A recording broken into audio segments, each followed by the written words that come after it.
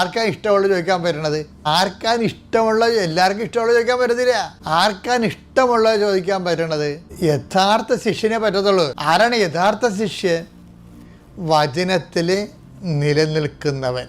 Clear അല്ലേ? Continuity ഉള്ള gap ഉണ്ടായ പണിയാണ്. അപ്പോൾ നമ്മുടെ മുമ്പിലുള്ള റിസ്ക് എന്താ? വിശ്വാസം ഉയർത്തണ വെല്ലുവിളി എന്താ? ഗ്യാപ്പ് ഉണ്ടാകാതെ ഇരിക്കാൻ വേണ്ടി പ്രലോഭനത്തിൽ ഉൾപ്പെടുത്തരുത്. കർത്താവ് പറഞ്ഞ പ്രാർത്ഥനയില്ലേ, ഞങ്ങളെ പ്രലോഭനത്തിൽ ഉൾപ്പെടുത്തരുത്. ഈ പ്രലോഭനത്തിൽ ഉൾപ്പെടുത്തരുതെന്ന് ഈശോ പറഞ്ഞില്ലേ, അതെന്തുമായിട്ട് ബന്ധപ്പെട്ടാണെന്നറിയാമോ? അങ്ങയുടെ നാമം പൂജിതമാകണമേ. നമ്മുടെ ഉദ്ദേശം, നമ്മുടെ അൾട്ടിമേറ്റ് എയിം എന്താ?